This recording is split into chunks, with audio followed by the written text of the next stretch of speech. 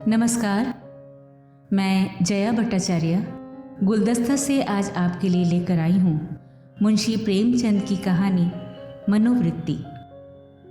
जाकी रही भावना जैसी, चहु मूरत देखी तिन तैसी।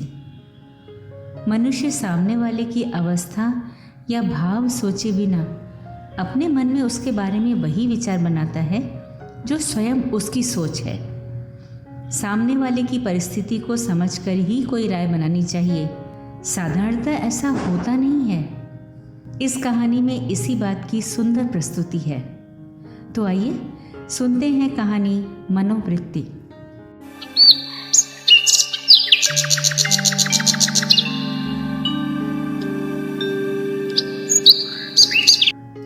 एक सुंदर युवती प्रातःकाल गांधी पार्क में बिल्लौर के बेंच पर गहरी नींद में सोई पाई जाए, ये चौंका देने वाली बात है। सुंदरियां पार्कों में हवा खाने आती हैं, हंसती हैं, दौड़ती हैं, फूल पौधों से खेलती हैं, किसी का इधर ध्यान नहीं जाता। लेकिन कोई युवती रविश के किनारे वाले बेंच पर बेखबर सोए, ये बिल्कुल गैर मामूली बात है। अपनी ओर बलपूर्वक आकर्षित करने वाली। रविश पर कितने आदमी चहलकदमी कर रहे हैं, बूढ़े भी जवान भी, सभी एक क्षण के लिए वहां ठिठक जाते हैं। एक नज़र वो दृश्य देखते हैं और तब चले जाते हैं। युवक वृंद रहस्य भाव से मुस्कुराते हुए, वृद्धजन चिंता भाव से सिर हिलाते हुए, और युवतियां लज्जा से आंखें नीचे किए हुए। बसंत और हाशिम निकर और बनियाइन पहने नंगे पांव दौड़ रहे हैं। बड़े दिन की छुट्टियों में ओलंपियन रेस होने वाला है। दोनों उसी की तैयारी कर रहे हैं। दोनों इस स्थल पर पहुंचकर रुक जाते हैं और दबी आंखों से युवती को देखकर आपस में ख्याल दौड़ाने लगते हैं। बसंत ने कहा, इसे और कहीं सोने की जगह ही नहीं मिली। हाशिम ने जवाब दिया, कोई वेश्या है, लेकिन वेश्याएं भी तो इस तरह बेशर्मी नहीं करती। वेश्या अगर बेशर्म न हो तो वेश्या नहीं। बहुत सी ऐसी बातें हैं जिनमें कुलवधू और वेश्या दोनों एक ही व्यवहार करती हैं। कोई वेश्या मामूली तौर पर सड़क पर सोना नहीं चाहती। रूप छवि दिखाने का नया आर्ट है। आर्ट का सबसे सुंदर रूप छिपाव है, दिखाव नहीं। वेश्या इस रहस्य को खूब समझती है।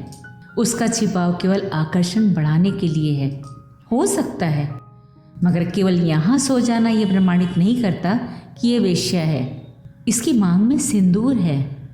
वेश्याएं अवसर पड़ने पर सौभाग्यशाली बन जाती हैं। रात भर प्याले के दौर चले होंगे, काम कृणाएं हुई होंगी, अवसाद के कारण ठंडक पाकर सो गई होगी। मुझे तो कुलवधू सी लगती है। कुलवधू पार्क में सोने आएगी? हो सकता है घर से रूठ कर आई हो। चलकर पूछ ही क्यों न लें। निरे अहमक हो, बगैर परिचय के आप किसी को जगा कैसे सकते हैं? अजी चलकर परिचय कर लेंगे, उल्टे और एहसान जताएंगे। और जो कहीं झिड़क दे तो झिड़कने की कोई बात भी तो हो, उससे सौजन्य और सहृदयता में डूबी हुई बातें करेंगे। कोई युवती ऐसी बातें सुनकर चिढ़ नहीं सकती। अजी गत यौवनाएं तक तो रसभरी बातें सुनकर फूल ही उठती हैं।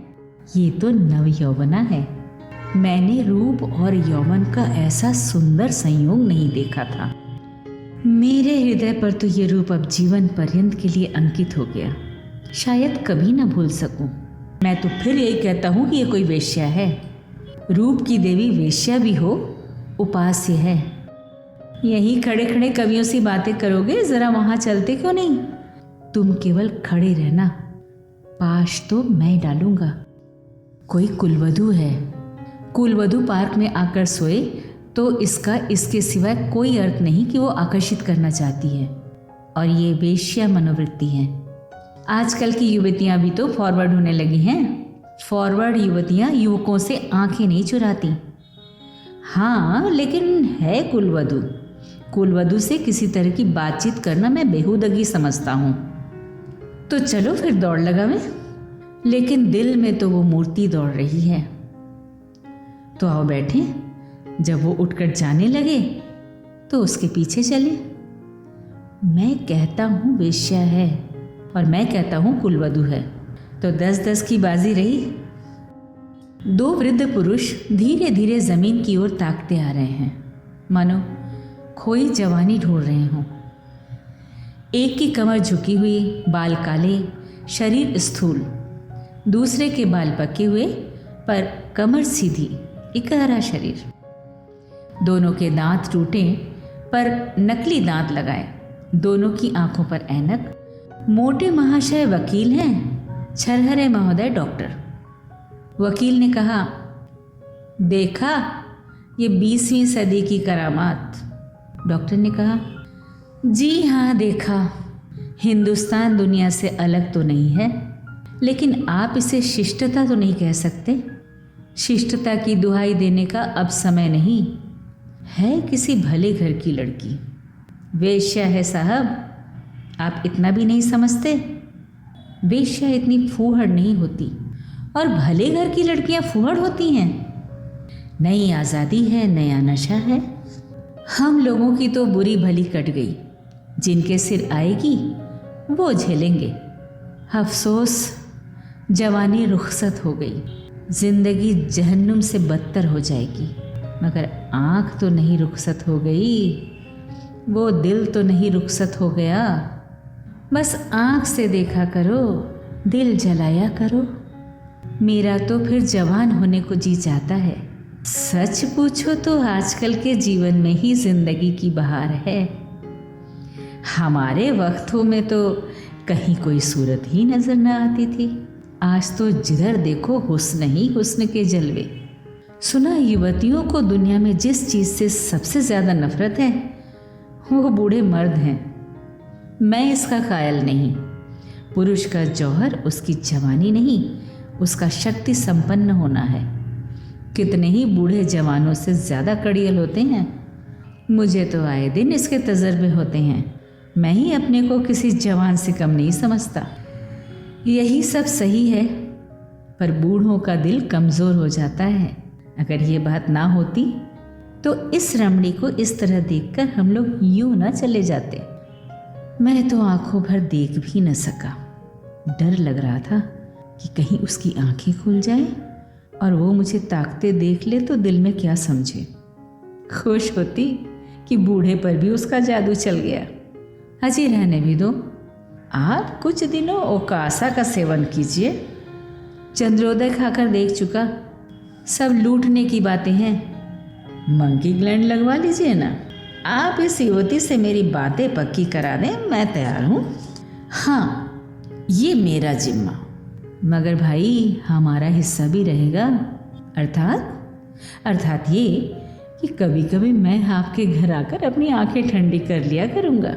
अगर आप इस इरादे से आएँ तो मैं आपका दुश्मन हो जाऊँ। ओहो, आप तो मंकी ग्लैंड का नाम सुनते ही जवान हो गए। मैं तो समझता हूँ ये भी डॉक्टरों ने लूटने का ही एक लटका निकाला है। सच। अरे साहब, इस रमणी के स्पर्श में जवानी है। आप हैं किस फेर में? उसके एक एक अंग में, एक एक चितवन में, एक एक मुस्कान में, एक एक विलास में जवानी भरी हुई है। न 100 मंकी ग्लैंड, न एक रमणी का बाहुपाश। अच्छा, कदम बढ़ाइए, मुवक्किल आकर बैठे होंगे। ये सूरत याद रहेगी। फिर आपने याद दिला दी।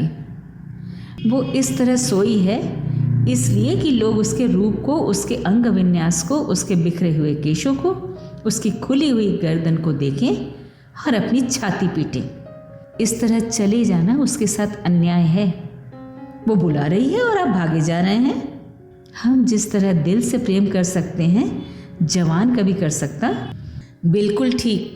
मुझे तो ऐसी औरतों से साबिका पड़ चुका है जो रसिक बूढ़ों को खोजा करती हैं। जवान तो छिछोरे, उच्छृंखल, अस्थिर और गर्वीले होते हैं। वे प्रेम के बदले में कुछ चाहते हैं।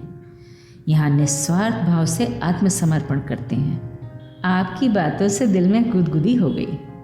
मगर एक बात याद रखिए, कहीं उसका जवान प्रेमी मिल गया तो मिला करे। यहाँ ऐसों से नहीं डरते। आपकी शादी की कुछ बातचीत थी तो? हाँ थी, मगर अपने ही लड़के जब दुश्मनी पर कमर बांधे तो क्या हो। मेरा बड़ा लड़का यशवंत तो मुझे बंदूक दिखाने लगा। ये ज़माने की खूबी है। अक्टूबर की धूप तेज हो चली थी। दोनों मित्र निकल गए। 2 देवियां आईं, एक वृद्धा, दूसरी नवयौवना। पार्क के फाटक पर मोटर से उतरी और पार्क में हवा खाने आईं। उनकी निगाह भी उस नींद की मारी युवती पर पड़ी। वृद्धा ने कहा, बड़ी बेशर्म है। नवयौवना ने तिरस्कार भाव से उसकी ओर देखकर कहा, ठाठ तो भले घर की देवियों की हैं, बस ठाठ ही देख लो। इसी से मर्द कहते हैं स्त्रियों को आज़ादी ना मिलनी चाहिए। मुझे तो कोई वेश्या मालूम होती है। वेश्या ही सही, पर उसे इतनी बेशर्मी करके स्त्री समाज को लज्जित करने का क्या अधिकार है? कैसे मजे से सो रही है, मानो अपने घर में है। बेहयाई है। मैं पर्दा नहीं चाहती, पुरुषों की गुलामी नहीं चाहती, लेकिन औरतों में जो गौरवशीलता और सलज्जता है उसे नहीं छोड़ना चाहती। मैं किसी युवती को सड़क पर सिगरेट पीते देखती हूँ तो मेरे बदन में आग लग जाती है। उसी तरह आधी छाती का जम्फर भी मुझे नहीं सुहाता। क्या अपने धर्म की लाज छोड़ देने से ही साबित होगा कि हम बहुत फॉरवर्ड हैं? पुरुष अपनी छाती या पीठ खोले तो नहीं घूमते। इसी बात पर बाई जी, जब मैं आपको आड़े हाथों लेती हूँ तो आप बिगड़ने लगती है। पुरुष स्वाधीन है, वो दिल में समझता है कि मैं स्वाधीन हूँ। वो स्वाधीनता का स्वांग नहीं भरता। स्त्री अपने दिल में समझती है कि वो स्वाधीन नहीं है, इसलिए वो अपनी स्वाधीनता का ढोंग करती है। जो बलवान हैं वे अकड़ते नहीं, जो दुर्बल हैं वही अकड़ दिखाते हैं। क्या आप उन्हें अपने आंसू पोंछने के लिए इतना अधिकार भी नहीं देना चाहती? मैं तो कहती हूँ स्त्री अपने को छिपाकर पुरुष को जितना नचा सकती है, अपने को खोल कर नहीं नचा सकती। स्त्री ही पुरुष के आकर्षण की फिक्र क्यों करें? पुरुष क्यों स्त्री से पर्दा नहीं करता? अब मुंह ना खुलवाओ मीनू। इस छोकरी को जगाकर कह दो जाकर घर पर सोए। इतने आदमी आ जा रहे हैं और निर्लज्ज टांग फैलाए पड़ी है। यहाँ इसे नींद कैसे आ गई? रात कितनी गर्मी थी बाई जी, ठंडक पाकर बेचारी की आंख लग गई है। रात भर यहीं रही है, कुछ कुछ बड़बड़ाती है। मीनू युवती के पास जाकर उसका हाथ पकड़ के हिलाती है। यहाँ क्यों सो रही हो देवी जी? इतना दिन चढ़ाया, उठकर घर जाओ। युवती आंखें खोल देती है। हाँ, ओहो, इतना दिन चढ़ाया? क्या मैं सो गई थी? ओह, मेरे सिर में चक्कर आ जाया करता है। मैंने समझा शायद हवा से कुछ लाभ हो। यहाँ आई पर ऐसा चक्कर आया कि मैं इस बेंच पर बैठ गई। फिर मुझे कुछ होश न रहा। अब भी मैं खड़ी नहीं हो सकती। मालूम होता है गिर पड़ूंगी। बहुत दवा की पर कोई फायदा नहीं होता।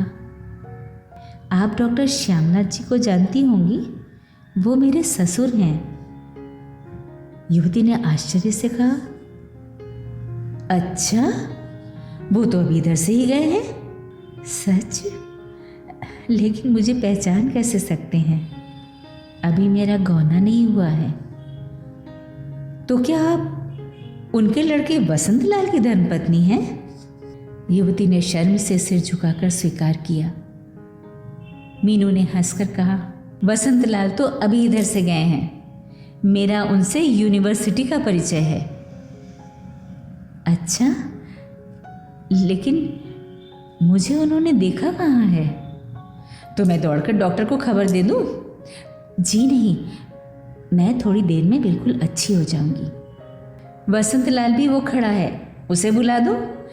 जी नहीं, किसी को ना बुलाइए। तो चलो, अपने मोटर पर तुम्हें तुम्हारे घर पहुंचा दूं? आपकी बड़ी कृपा होगी। किस मोहल्ले में? बेगमगंज, मिस्टर जयराम दास के घर। मैं आज ही मिस्टर वसंत लाल से कहूँगी। मैं क्या जानती थी कि वो इस पार्क में आते हैं, मगर कोई आदमी तो साथ ले लिया होता। किस लिए? कोई ज़रूरत न थी।